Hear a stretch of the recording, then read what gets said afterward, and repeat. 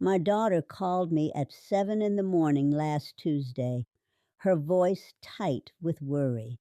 Mama, you didn't show up to the garden club meeting. Are you sick? Should I come over? I hadn't forgotten. I simply didn't go.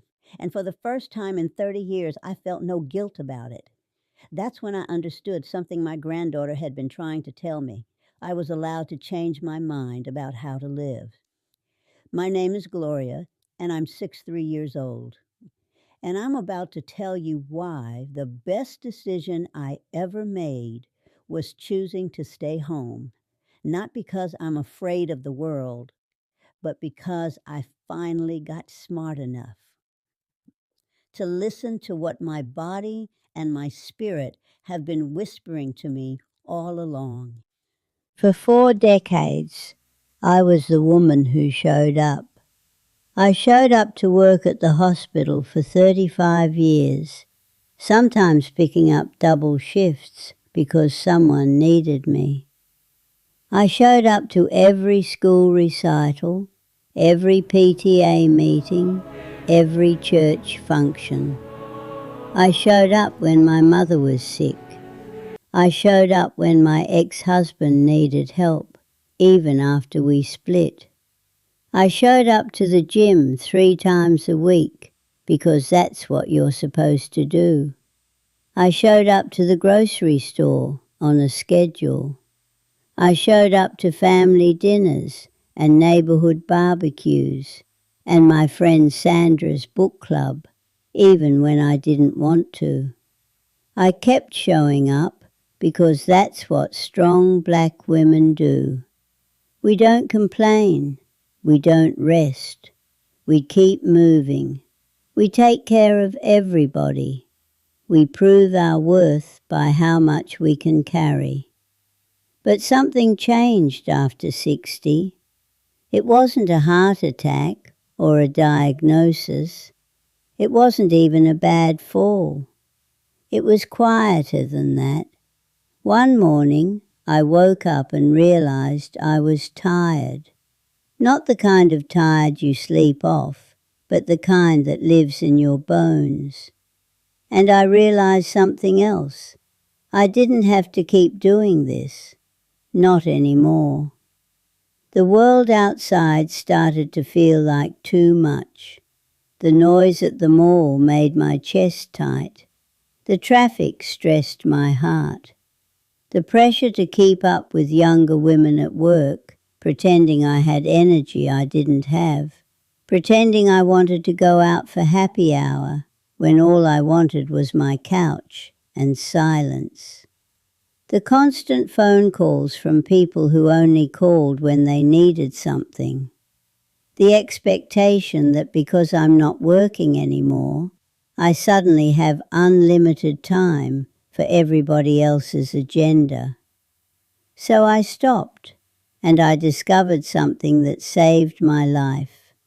Staying home wasn't about giving up. It was about finally taking care of the person I'd been neglecting my whole life. Me. Here's what people don't tell you about staying home after 60. It's not retreat. It's rebellion. When you stop running, something miraculous happens. Your body finally gets the message. You are safe now. You can exhale. You don't have to be on guard anymore. Your nervous system, which has been humming like an overworked engine for decades, finally gets to downshift. I used to think staying home meant I was shrinking, that I was becoming invisible. But the opposite is true. By protecting the peace I have, I'm actually growing into the version of myself that's been waiting patiently underneath all that noise. The truth is, the world changed too. It got louder, faster, more demanding. Everywhere you go now, someone wants something from you. Your attention, your money, your agreement, your time. When I was younger, a day out was refreshing. Now, a simple trip to the grocery store is exhausting. Not because I'm weak, because I'm aware. I can feel what the world is taking from me, and I'm smart enough now to know I don't have to give it. Every time I say yes to something outside my home, there's a price. My body pays it. My sleep suffers. My peace takes a hit. My anxiety creeps back in. But every time I stay home, I gain something back. I stopped counting making memories in events and started counting them in moments. The way the morning light hits my kitchen table, the slow stretch of my body after sleeping 8 uninterrupted hours, the taste of coffee when I actually have time to taste it, a phone call with my best friend where neither of us is rushing, the deep quiet that lets me hear my own thoughts for the first time in decades. Energy isn't the same thing it used to be. When I was young, I could give it away freely and still have more tomorrow. Now I understand that my energy is finite, precious. It's not fragile, I'm not fragile, but it's mine, and I decide how it gets spent. Not my boss, not my family, not society. Me. That's not selfish. That's sanity. My daughter still sometimes says things like, "Mama, you need to get out more," or "You're going to get depressed staying home all day." My church friends say, "We miss you at the meetings." My sister acts like there's something wrong with me when I decline invitations. But here's what they don't understand, and what took me 63 years to figure out. I've already given enough. I've already proven I'm strong. I've already shown up in 1,000 ways that nobody really counted or thanked me for. I don't need to keep performing to justify my existence. The guilt they're trying to put on me, that's their stuff, not mine. Staying home is not isolation. Isolation is being surrounded by people and feeling unseen. Solitude is choosing your own company and finally feeling whole. There's a difference, and it's everything. At home in the quiet, I'm finally meeting myself as an adult. Not as someone's mother, not as someone's nurse, not as someone's mule. Just as Gloria. And Gloria is good company. She's funny. She knows things.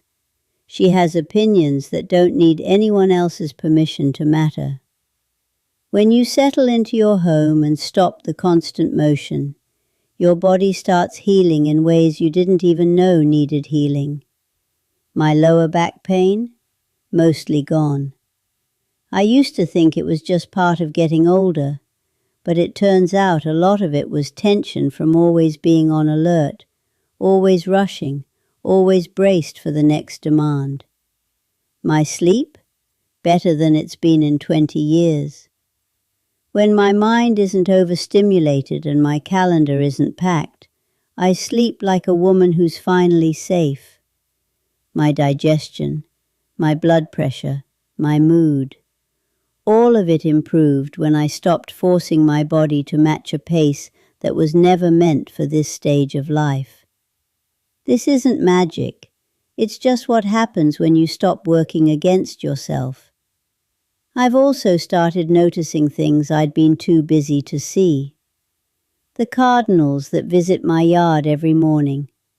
The way my neighborhood actually has a rhythm if you slow down enough to hear it.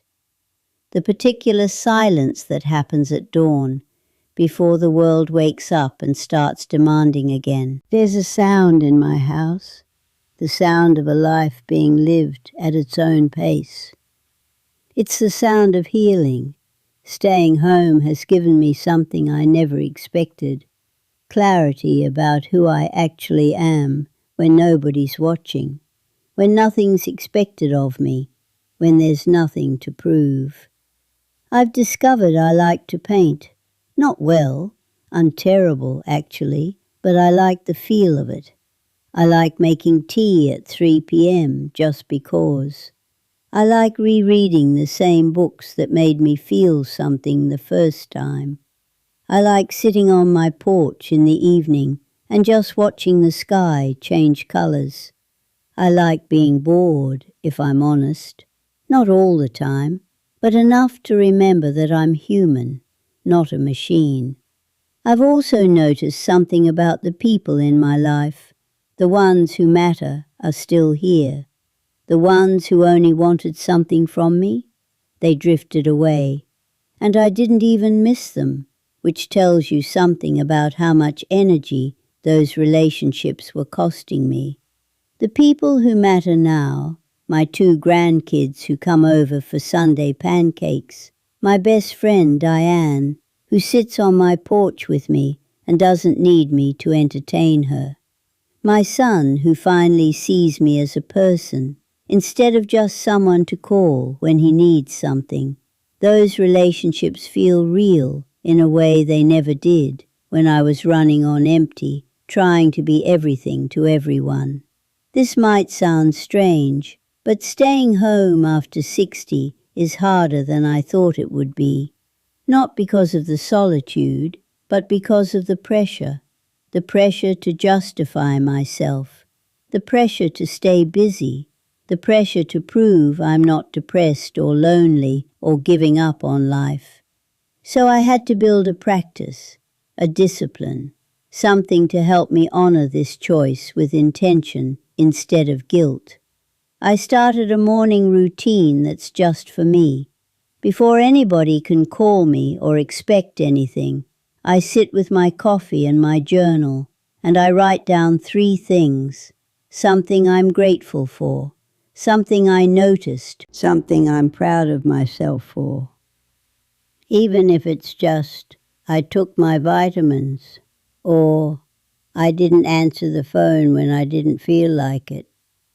I take walks through my house the way some people take walks through the park, noticing the art on my walls, straightening a picture that's been crooked for months, reorganizing my books. I created rituals that anchor my days. Tuesday mornings I call my niece. Thursday afternoons I paint, badly. Sunday mornings I make pancakes. Saturday afternoons I let myself watch whatever I want without guilt. These small rituals turn my home from just a place I live into a place that holds my life with intention. This is not doing nothing. This is creating a life that feels like it belongs to me.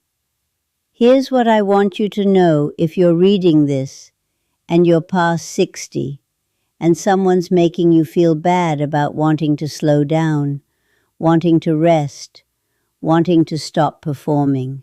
You're not weak. You're wise. You're not giving up. You're making space for something better. You're not becoming invisible. You're finally becoming visible to yourself. Staying home is a revolution if you've spent your whole life serving other people's needs.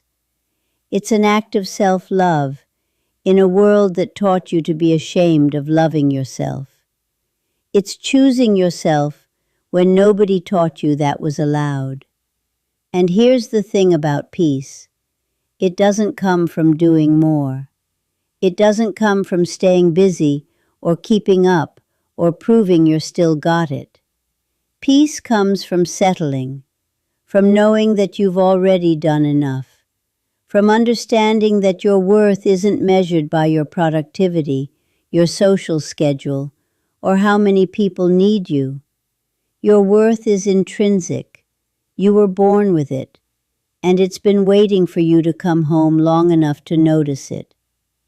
After 60, the question isn't, how much can I do anymore? The question is, how peacefully can I live? After 60, your home stops being just a place where you rest between activities and becomes a place where you actually live, really live.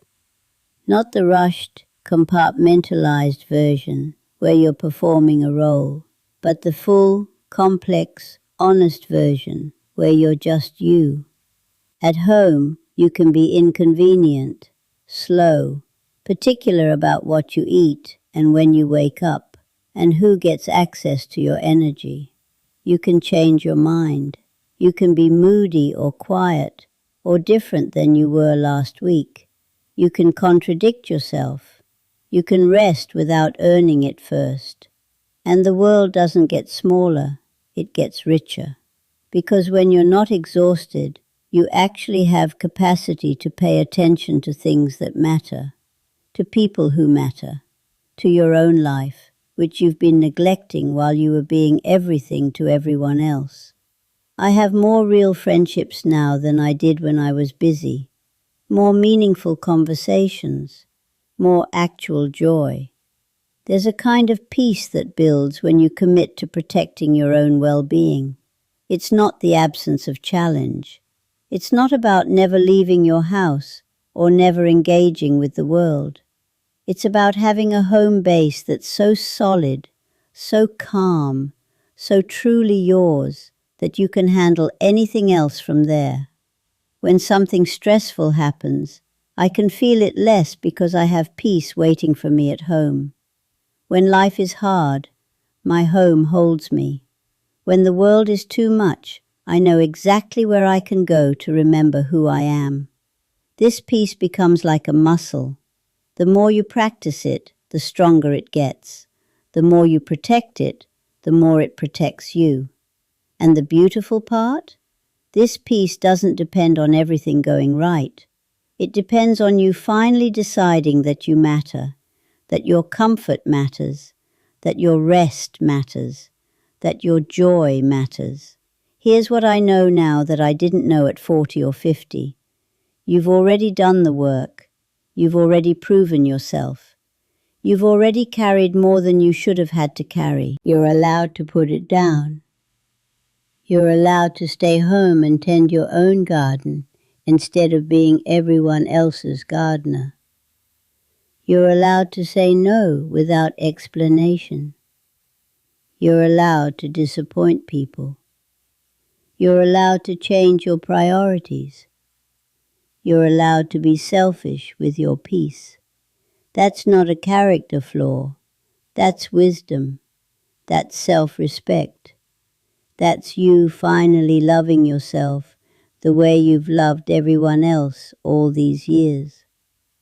So if you find yourself drawn to your home after 60, if you find yourself wanting to rest, if you find yourself saying, I don't want to go, trust that feeling.